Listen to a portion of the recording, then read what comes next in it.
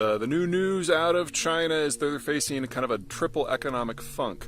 For those of you who have been following China for a while, you know that they've never really recovered from COVID, whereas nearly every other country in the world, once the opening finally happened and the end of the epidemic was declared, we saw an explosion in consumption as people tried to get back to some version of their life, which generated a lot of inflation. We've not seen that in China.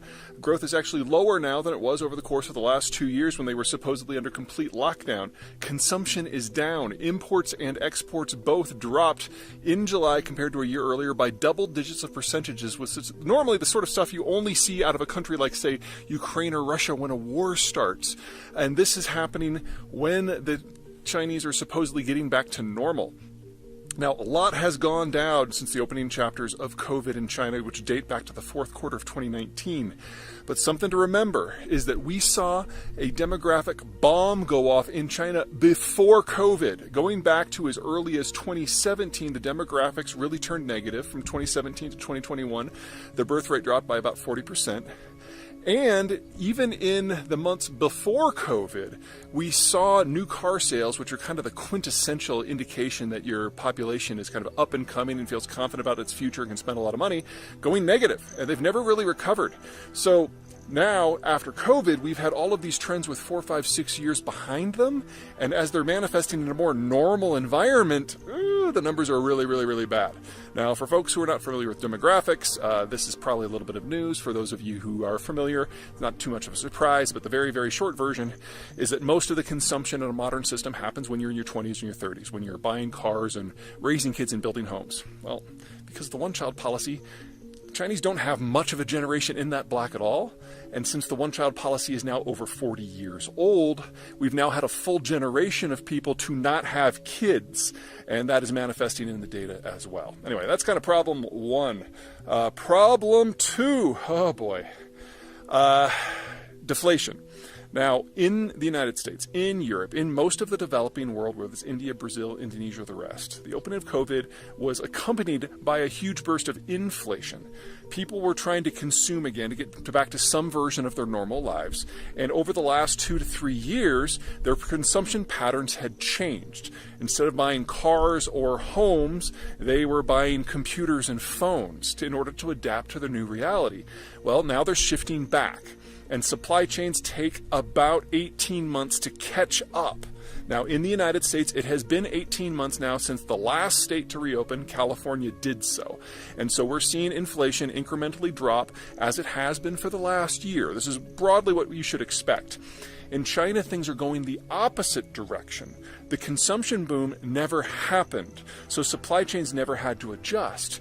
What has happened is people are less confident in their future, so they're consuming less, and we're seeing mounting trade wars out of Europe, Japan, the United States, and increasingly secondary states like the Koreans are joining in, and that means the Chinese have fewer places to send stuff to. So what's happening is product that was normally produced for export from China is now being locked up within the Chinese system at the same time that the population is purchasing less. You have an oversupply of goods and an under demand both at home and abroad. With all those extra goods, prices go down and you get deflation. Now, short bursts of deflation are no big deal, so I don't want to overstate what's happening here. It's only 1 month of data at present.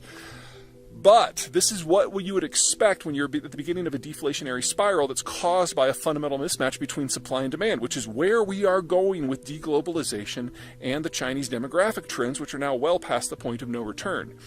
The last country to face a major deflation burst was Japan. It started in the late 1990s, lasted for 20-25 years. You could argue that it might be over now because of their COVID reassertion of demand. That might be over-optimistic. But the issue is once those prices start to drop because of that mismatch between supply and demand, it's devilishly hard to adjust because normally you would do one of two things.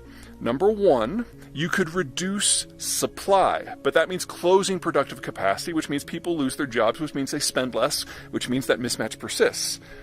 Or you can increase demand, usually with government stimulus. This might not work in China, and not just because of the huge demographic bomb that's going off.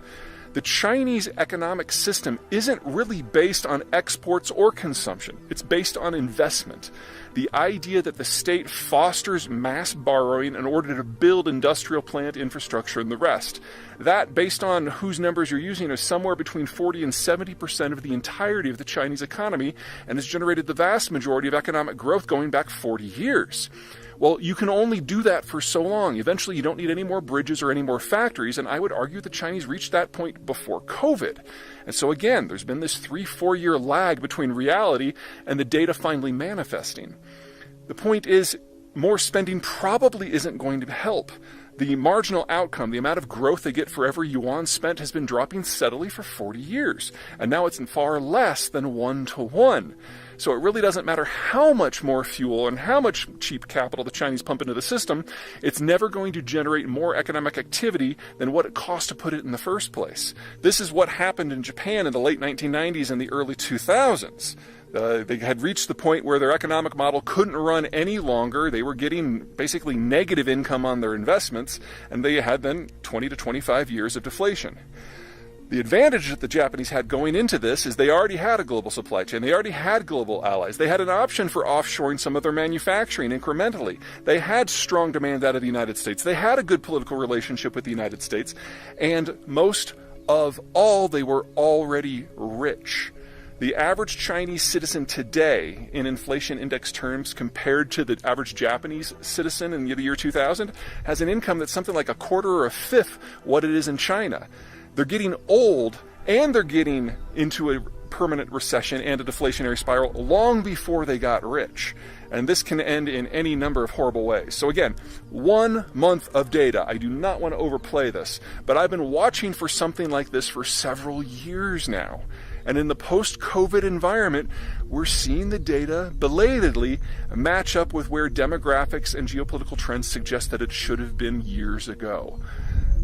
If this proves to be the actual story as opposed to a blip in the data, you're going to see this get significantly worse in a relatively short period of time because we have years of compressed damage that is now bursting out all at once. And because the political system in China is basically down to one-man cult of personality, the capacity of the Chinese state to come up with a creative solution is almost zero.